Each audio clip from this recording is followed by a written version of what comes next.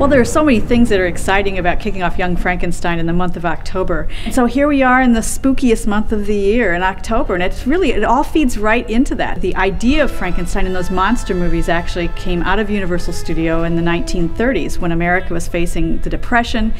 I mean, laughter is such a wonderful release, and that is Mel Brooks' greatest gift to all of us. Listen to our tale of woe, a story we must tell. What happened in that castle made our lives a living hell. This neurosurgeon inherits his grandfather's castle. Dr. Frankenstein is his grandfather, but he has changed his name. His name is Frederick Frankenstein. So he's really tried to disavow himself of that entire family. So he comes home and he asks to take a look at his grandfather's books and his writings. And really, as he starts to examine what his grandfather was studying and into scientifically about creating this other thing out of parts of other people, he actually thinks it might be possible and goes about trying to create that himself. Join the family business, learn the family trade, make yourself a monster, make the world afraid. Join the family business, you must take the family name. Follow in our footsteps and you'll win eternal fame. Frankenstein is actually the doctor, and it is the monster who is the big galoot that walks around and scares people. The monster doesn't have any prejudices. He's born with a very infant-like view of the world, and he escapes and goes out into the world. And it's really how society reacts to him, which is what makes him a monster.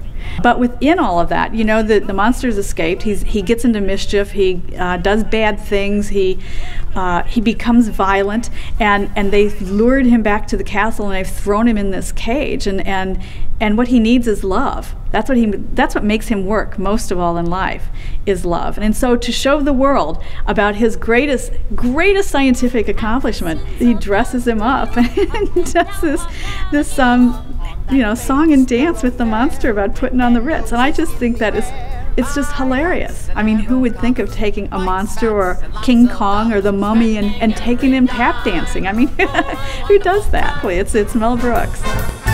If you're blue and you don't know where to go to, why don't you go where the fashion sits?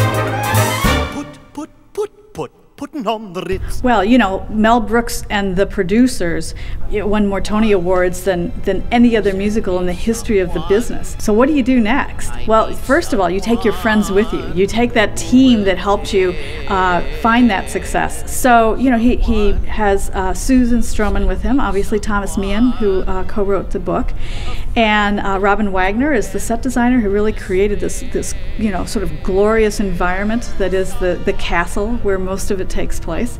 It's a parody of the movie and sort of a remake, a loving send-up to the 1974 film that they had. And to me, it made me laugh just as much seeing it, 30-some years later as it did when I saw it as a college student. So one of the things I love about Mel Brooks is thinking about what an extraordinary talent this man is. In the instance of Young Frankenstein, he co-wrote the book, he wrote the music, and he wrote the lyrics. That all came out of one person. I mean, my gosh, what a talent, and how lucky we are that he is here and creating for the stage. What a treat.